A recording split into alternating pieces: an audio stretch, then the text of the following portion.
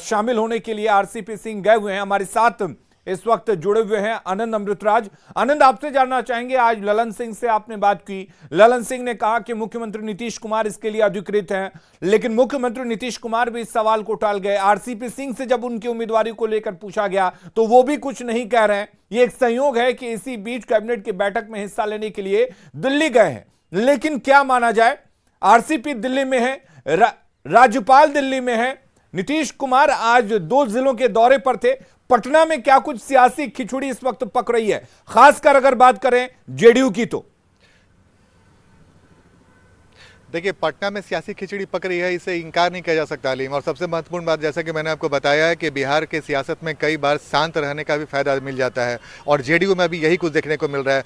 JDU के नेता चुप्पी साधे हैं, लालू यादव के घर रेड होता है और नीतीश कुमार कहते हैं कि जहां जो रेड डाला है उससे न पूछिए, उसके कई मायने निकाले जा रहे हैं। दूसरी तरफ आरसीपी सिंह राज्यसभा जाएंगे कि नहीं जाएंगे, इसको लेकर भी जिस तरीके से जेडीयू के शीर्ष नेता, अगर आप नीतीश कुमार की बात करें, ललन सिंह की बात करें और उपेंद्र कुशवाहा की बात करें, जिस तरीके से संशय बनाकर रखा है उन्होंने, जेडीयू के अंदर खाने जबरदस्त चर्चा है कि आरसीपी सिंह जाएंगे या नहीं जाएंगे। मैं आपको अपडेट दे दूं कि कल कैबिनेट की बैठक है और परसों आरसीपी सिंह फिर से पटना लौट रहे हैं।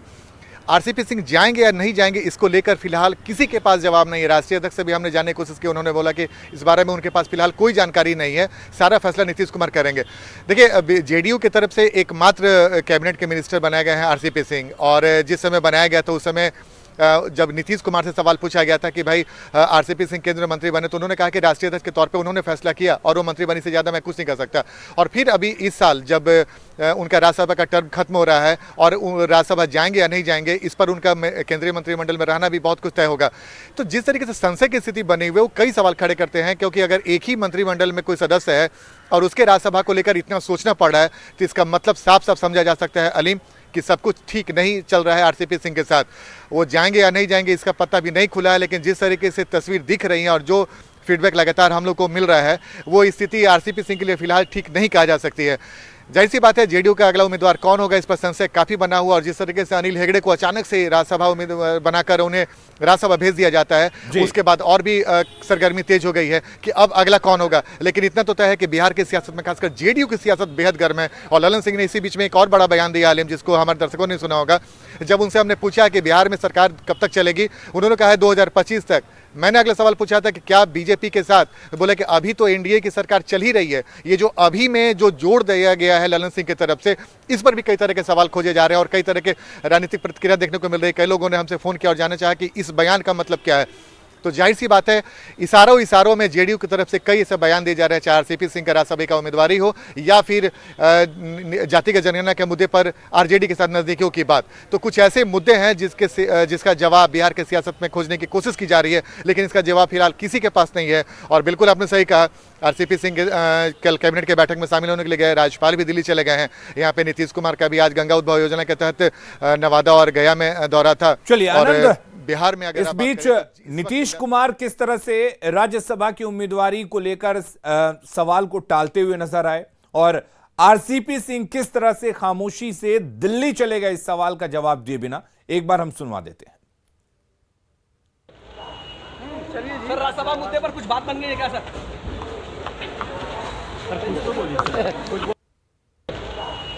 सर, राज्यसभा मुद्दे पर कुछ बात बन गई है क्या सर? सर राज्यसभा किसको भेज रहे हैं?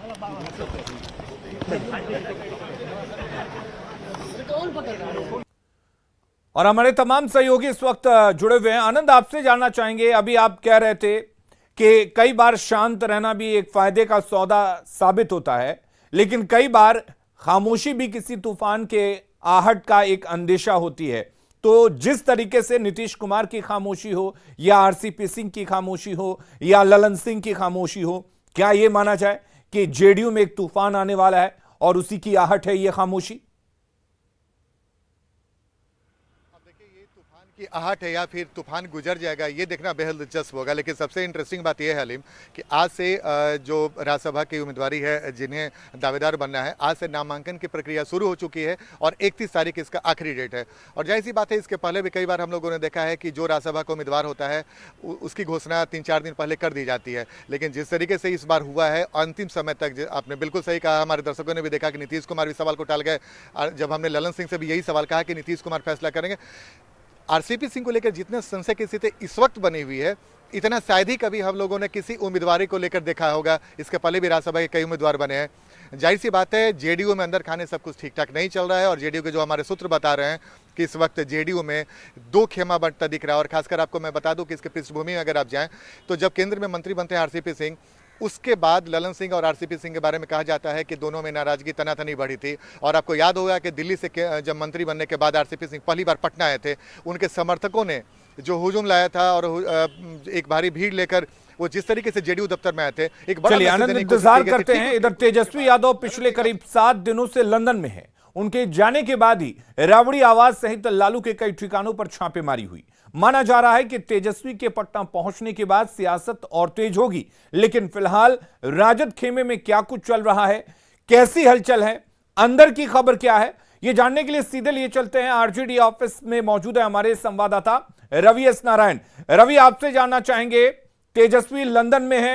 हालांकि अगर आरजेडी कोटे के दूसरे नाम की बात करें तो यहां भी संशय बरकरार है, लेकिन यहां थोड़ी खामोशी है। कई नामों पर चर्चा जरूर है, लेकिन अंदरूनी लड़ाई नहीं देखने को मिल रही है। आपसे जानना चाहेंगे क्या कुछ आरजेडी खेमे में इस वक्त चल रहा है। देखिए, बिहार की सियासत में जो चर्चाएं अभी गर्म है, उसे लेकर के जो आरजेडी है वो एक तरह से उत्साहित भी है और जो राज्यसभा का जो टिकट है वो अंदर खाने यहाँ पे भी काफ़ी घमासान है। देखिए, जिस ढंग से जातीय जनगणना को लेकर के तेजस्वी यादव और नीतीश कुमार में अकेले बंद कमरे में मुलाकात हुई है, उसके बाद से जो चर्चाएं गर्म है, उसे लेकर के आप देखेंगे कि आरजेडी का जो खेमा है वो उत्साहित है।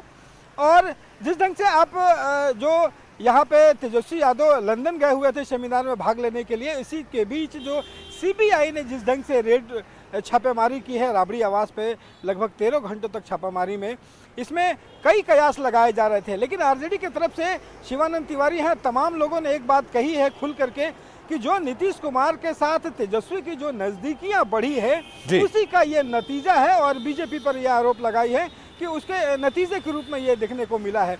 हालांकि तेजस्वी यादव लंदन है, वहाँ से वो आएंगे।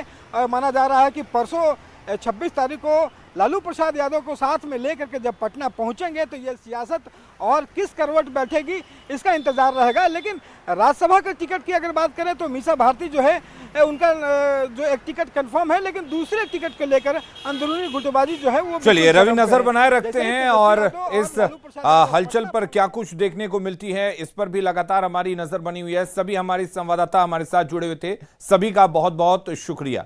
तो आपको बता दें कि पटना से नीतीश कुमार से मुलाकात नहीं हुई और कहा जा रहा है कि संबंध बहुत खराब हो गए हैं। आरसीपी सिंह ये कह रहे हैं कि मेरे संबंध बहुत अच्छे हैं।